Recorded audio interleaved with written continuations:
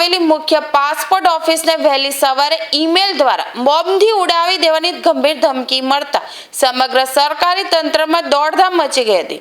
સત્તાવાર માહિતી મુજબ પાસપોર્ટ ઓફિસના સત્તાવાર આઈડી પર વહેલી સવારે આ ધમકીભર્યો મેલ મળ્યો હતો, જેમાં ઓફિસને વિસ્ફોટકોથી ઉડાવી દેવાનો ઉલ્લેખ કરાયો હતો।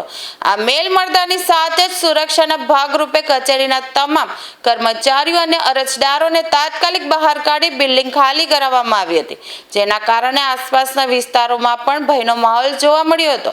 ધમકીની જાણ થતાં જ ઉમરા પોલીસનો કાફલો, બોમ્બ ડિસ્પોઝલ સ્ક્વોડ અને ડોગ સ્ક્વોડની ટીમો તાત્કાલિક ઘટના સ્થળે પહોંચી ગઈ હતી અને સમગ્ર બિલ્ડિંગમાં સઘન ચેકિંગ હાથ ધર્યું હતું। આ વખતે ધમકીભર્યો મેલ ગુજરાતી અને અંગ્રેજી એમ બંને ભાષામાં હોવાથી સાયબર ક્રાઇમની ટીમે પણ આ મામલે તપાસ તેજ કરી છે।